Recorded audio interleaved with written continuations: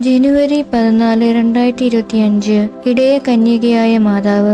1236 Santa റോസ കത്തോലിക്ക പള്ളിയിലെ പുരോഹിതൻ സെൻട്രൽ വെനിസ്വേലയിലെ പട്ടണത്തിൽ നിന്നും അമലോത്ഭവ മാതാവിന്റെ ഒരു പ്രതിമ ആവശ്യപ്പെട്ടു. എന്നാൽ കിട്ടിയത് അടുത്തുള്ള പള്ളിയിൽ ആവശ്യപ്പെട്ടിരുന്ന ആട് മേയ്ക്കുന്ന മാതാവിന്റെ രൂപമാണ്. പെട്ടെന്ന് ആ രൂപം അതിന്റെ ശരിയായ സ്ഥലത്തേക്ക് തിരിച്ചയക്കുവാൻ തീരുമാനിച്ചു.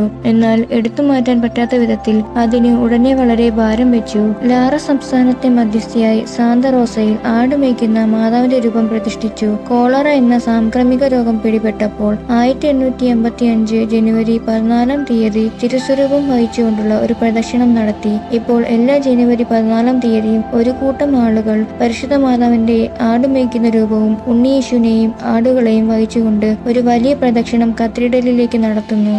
എല്ലാവിധ മാരക രോഗങ്ങളിൽ നിന്നും മുക്തി നേടാനായി നമുക്ക് ഇടയ കന്യകയോട് മാധ്യസ്ഥം വഹിക്കാം. അതിനായി 3 വിശ്വാസ പ്രമാണം ചൊല്ലാം.